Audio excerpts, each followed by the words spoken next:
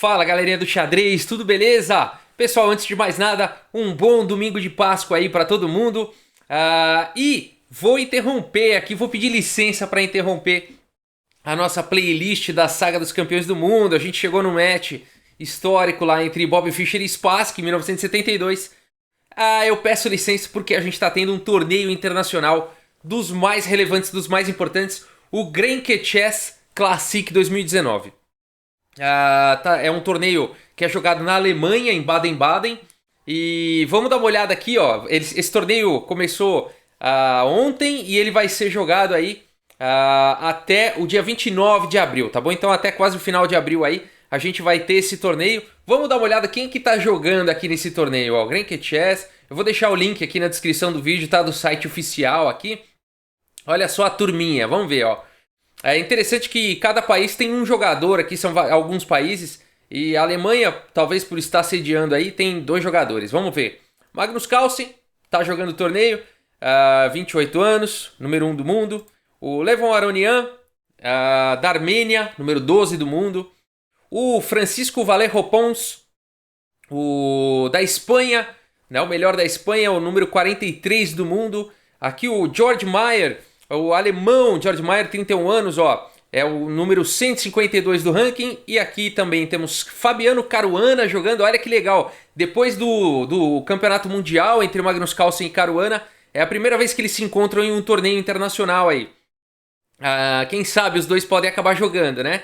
É o número 2 do mundo, Fabiano Caruana, americano. Temos aqui o Maxime Vachier-Lagrave, é o melhor da França, número 7 do mundo, jogador fortíssimo, 28 anos. Temos aqui o Naidish, com 33 anos, do Azerbaijão, jogador fortíssimo. E temos também outro alemão aqui, o Vincent Keimer, o garoto de 14 anos, joga muito xadrez esse moleque aí, joga demais esse alemão. Muito bom vê-lo aí no torneio, a Alemanha escolheu muito bem seus jogadores.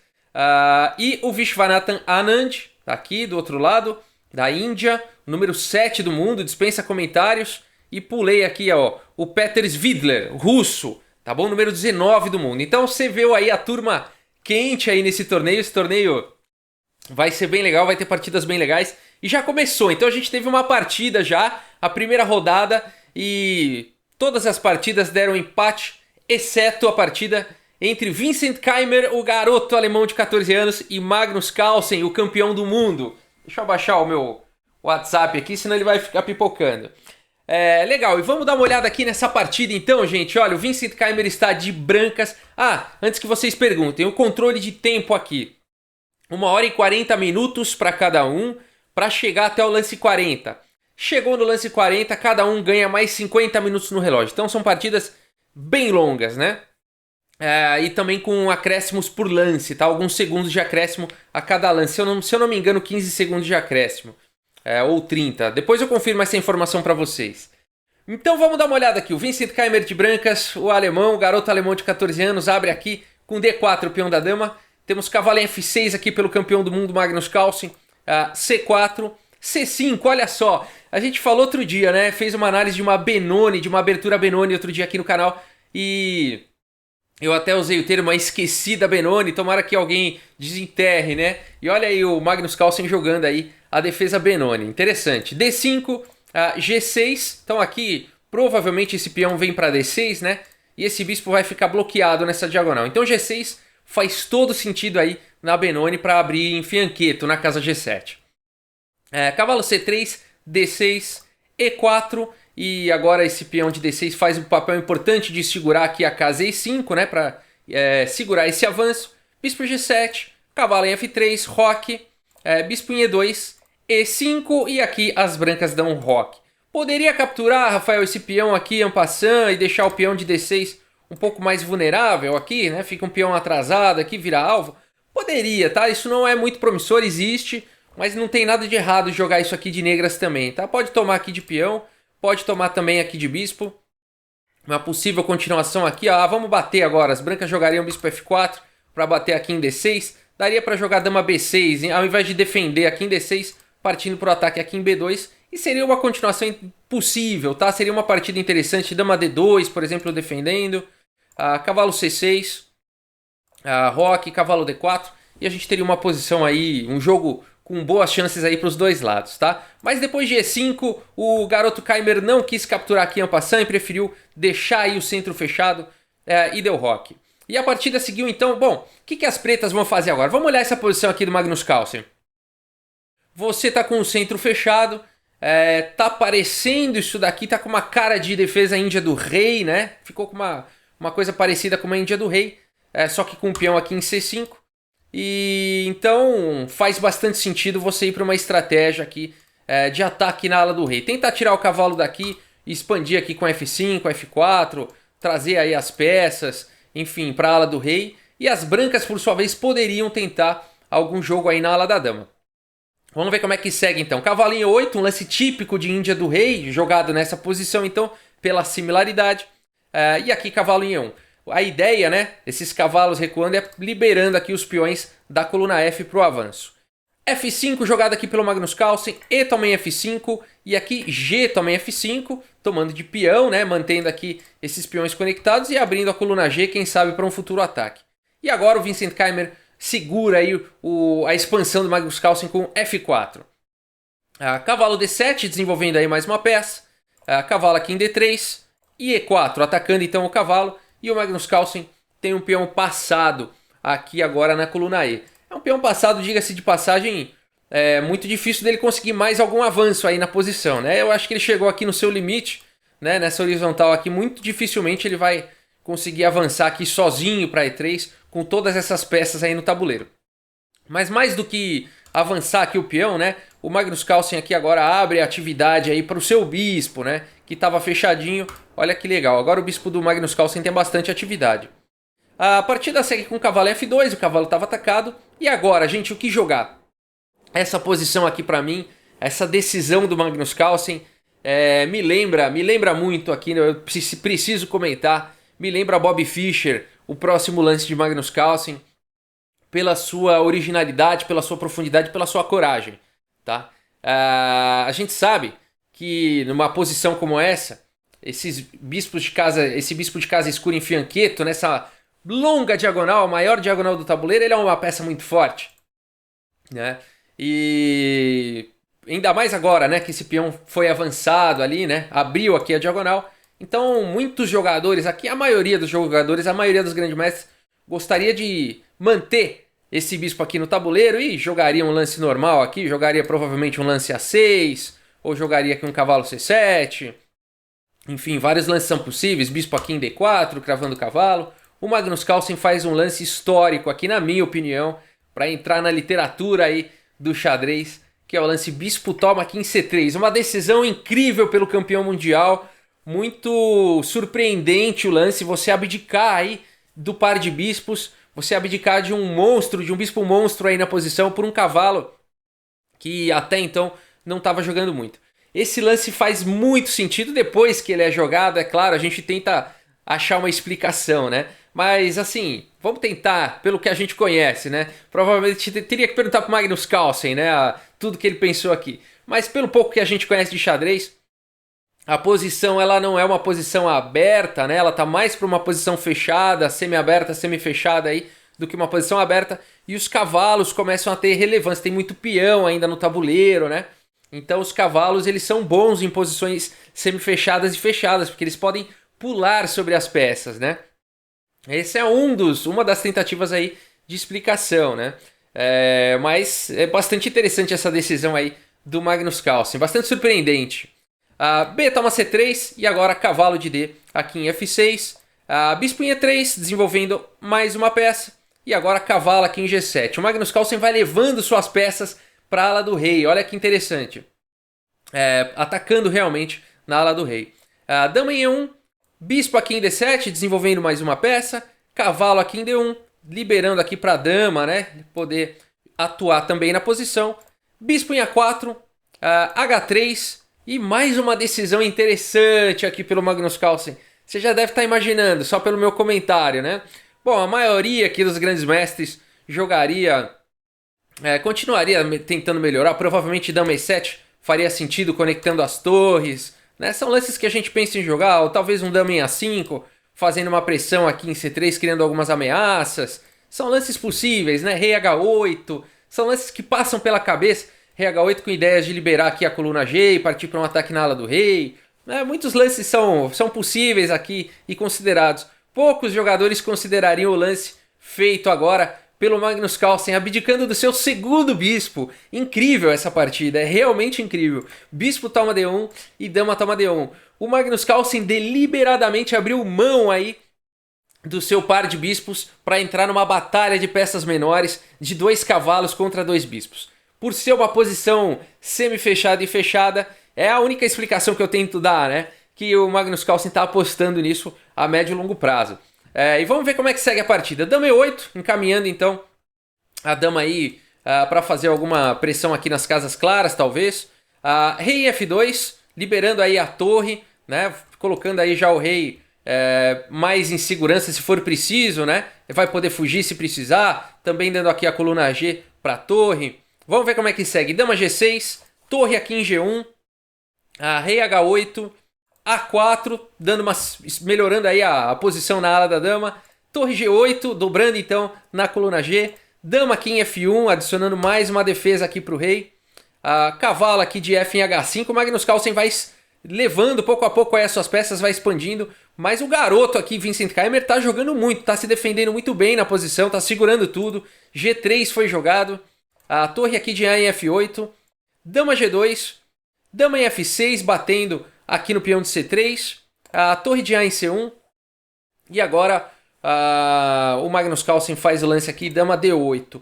Muita gente comentou aqui que daria para ter jogado aqui o cavalo toma G3. Por exemplo, cavalo toma aqui em G3, sacrificando e depois de dama toma, jogar um lance como cavalo aqui H5, abrindo ataques aqui sobre a dama. E aí se a dama sair daí de G3, a dama entraria em H4 e tudo mais. Sinceramente, eu analisei bastante essa continuação e não vi nenhuma vantagem para as negras. É claro que as brancas teriam que jogar de forma precisa uma posição como essa. Eu até fiz uma continuação aqui, só para ilustrar, ó, só vou mostrar rapidamente aqui. Mas a gente vê que as pretas já não tem mais um ataque, né? Aqui teriam que jogar um lance B6, ó. Ficaria numa posição... As brancas também não teriam muito o que fazer aqui. Essa torre tá vindo para G3, né? Vamos ver aqui mais um pouquinho, vai. A torre G3, ó. A posição das negras não é de toda ruim aqui, mas as brancas conseguem algumas trocas. E a gente teria um final aqui de 3 peões por uma peça menor, tá bom? Não sei se seria suficiente para o Magnus Carlsen vencer aqui o garoto Vincent Keimer numa posição como essa. Talvez uma tendência maior aqui para um equilíbrio. Mas, enfim, é um lance que muita gente comentou. O Magnus Carlsen preferiu não entrar nessas linhas. Ele nunca faz isso. Ele nunca entra em sacrifícios. É muito difícil ver o Magnus Carlsen entrar em sacrifícios onde ele tem que arriscar demais, onde não fica muito clara se ele vai ter a vitória. Ele gosta da vitória, ele não quer ir para posições incertas. E ele joga aqui tranquilamente com dama D8. Talvez, né, deixando aqui a dama possivelmente entrando em A5, batendo em peões aqui na ala da dama, né? A partida segue agora com dama em H2 e agora cavalo volta aqui para F6 e G4. Vale dizer que o Vincent Keimer foi muito bem sucedido aí em se defender a posição, tá muito sólido e tá muito bem aí por enquanto. Cavalo D7, G5 aqui pelo Vincent Keimer e aqui dama em A5, levando então a dama para a ala da dama e batendo, tocando aí em alguns peões, né? G6 foi jogado, H6, o Magnus Carlsen deixa essa coluna G fechada por hora. Torre B1, ameaçando então a entrada aqui da torre na sétima. Torre B8 defendendo. E aqui dama G3 foi jogado.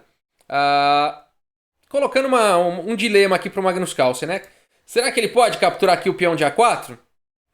Isso daqui perderia imediatamente para o lance dama aqui H4, tá bom? Batendo aqui no peão de H6 e não tem como defender. E a posição seria completamente esmagadora aqui, né? As brancas venceriam facilmente. Então Magnus Carlsen não pode capturar aqui o peão de A4. Ele volta aqui com a dama aqui em D8. Para poder segurar aqui a casa de H4. Agora a dama não pode mais entrar ameaçando o peão de H6. Lance importantíssimo feito pelo Magnus Carlsen.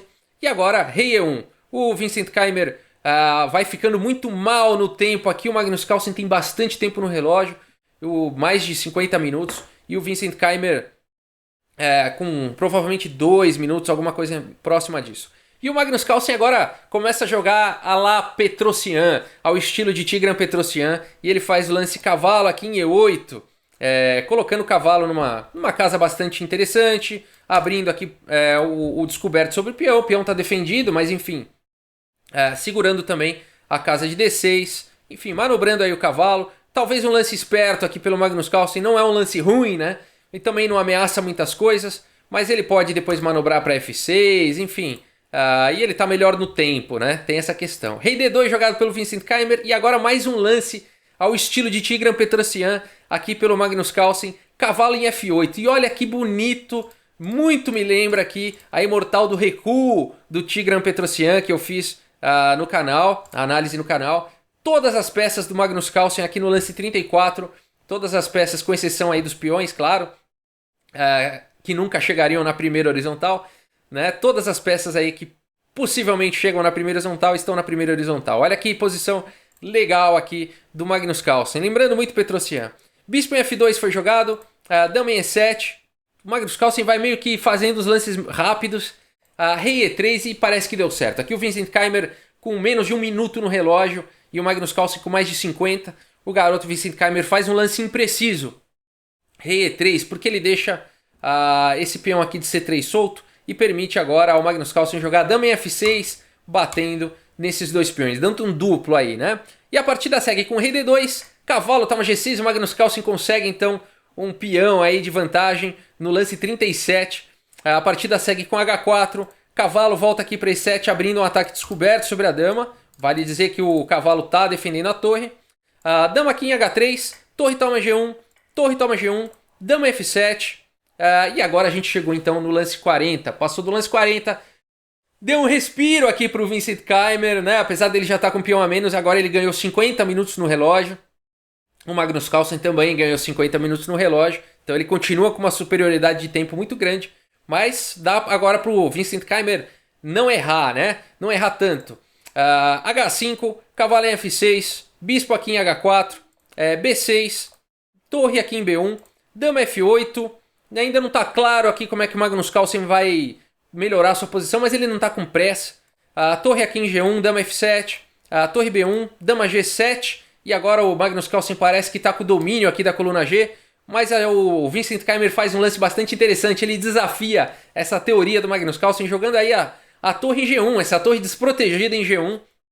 Muito astuto o garoto Vincent Keimer de 14 anos, e aqui o Magnus Carlsen não pode capturar aqui a torre porque iria para uma linha de empate. Aqui o cavalo ficaria desprotegido.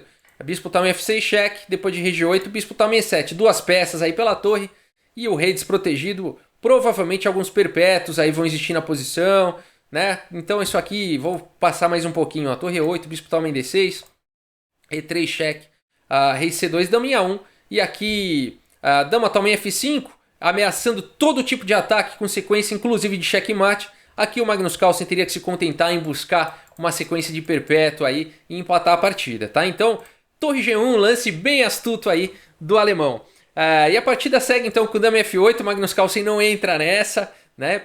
A dama continua protegendo o cavalo. E a partida segue com rei C2, cavalo aqui de G em F8, de F em G8, rei D2, dama em F7, rei C2, torre aqui em F8, mais uma vez, né? O Magnus Carlsen talvez esperando por um erro do Vincent Keimer, ou talvez buscando a hora certa de melhorar aí a sua posição. Mas não está muito claro aqui como é que as pretas podem melhorar aí a posição, né? Rei D2, dama E8, torre em A1, e aqui o Vincent Keimer quer abrir a posição, torre F7 e A5. B também A5, torre também A5, e aqui cavalo C8.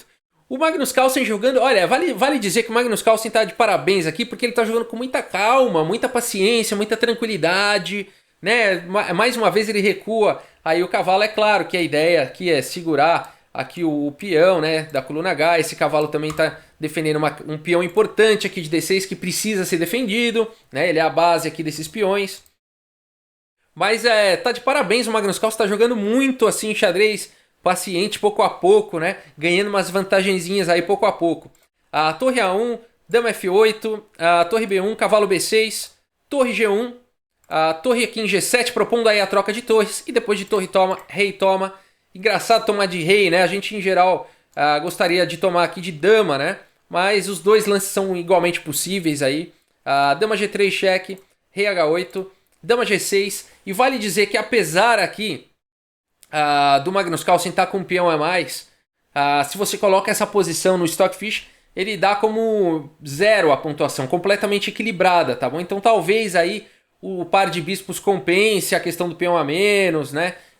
O rei aqui está um pouco exposto, né? O cavalo está escravo aqui defendendo, a dama está escrava também defendendo. Então é uma posição que as pretas não conseguem muito criar um plano aí, e é uma posição equilibrada. E vamos ver, mas agora começa uma corrida interessante aqui, porque aí você pode estar falando assim, parece que está equilibrado, o Stockfish pode estar falando que está igual, mas eu estou vendo esse peão aqui sozinho na coluna A, e eu vou avançar com esse peão. E é exatamente o que o Magnus Carlsen faz. Vamos ver que emocionante agora esse final. A5, bispo F1, A4, o peão vai avançando com velocidade, rei C2, A3, rei B3, e agora fala, por que o Magnus Carlsen foi loucão com esse peão aí, agora não dá para defender? Mas aí o Magnus Carlsen faz um bonito lance cavalo aqui em A4. Olha que legal. O rei aqui, parece que esse cavalo está desprotegido, mas o rei não pode capturar aqui. Seria vitória fácil aqui para o Magnus Carlsen. Não tem mais como você segurar a promoção aqui desse peão. Olha que posição bonita, né? Então, depois de cavalo aqui em A4, o lance jogado aqui foi bispo em H3, fazendo uma pressão aqui nesse peão. Dama G7, olha só, propondo a troca de damas, mas também batendo aqui no peão de C3, né? Olha que posição perigosa, praticamente forçando aí a troca de damas. E depois de dama toma em G7, rei toma em G7, aqui o garoto Vincent Keimer conseguiu recuperar a sua questão material com o bispo toma em F5. E a posição tá tudo igual, olha só, gente, tá extremamente equilibrada a posição, né? Um final bem equilibrado.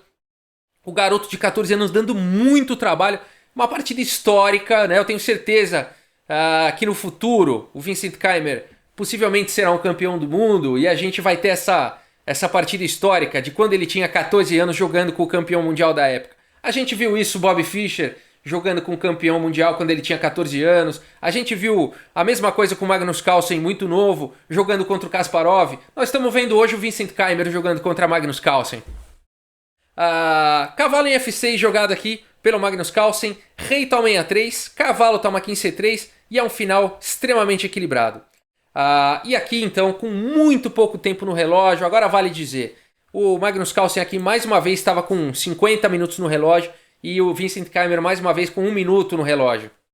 Uma posição completamente equilibrada, aqui um lance bem natural seria o lance rei B3 atacando o cavalo, que é o defensor aqui do peão de E4, o outro defensor do peão de E4 pode ser eliminado a qualquer momento, então isso daqui força o empate imediatamente, tá? Rei B3, cavalo E2, bispo toma em F6, rei toma em F6, bispo toma em E4, cavalo toma em F4, e aí bispo em F3 defendendo o peão, uma posição forçosamente empatada, tá bom? Aqui o garoto Vincent Keimer teria conseguido o empate, mas com muito pouco tempo no relógio, ele faz o lance errado, bispo em F2, e aqui o Magnus Carlsen não perdoa. Cavalo em E2, rei em A4, aqui o Vincent Keimer vai para uma ideia de chegar com o rei perto desse peão de D6, mas é uma ideia um pouco, talvez não dê tempo, né? Vamos ver.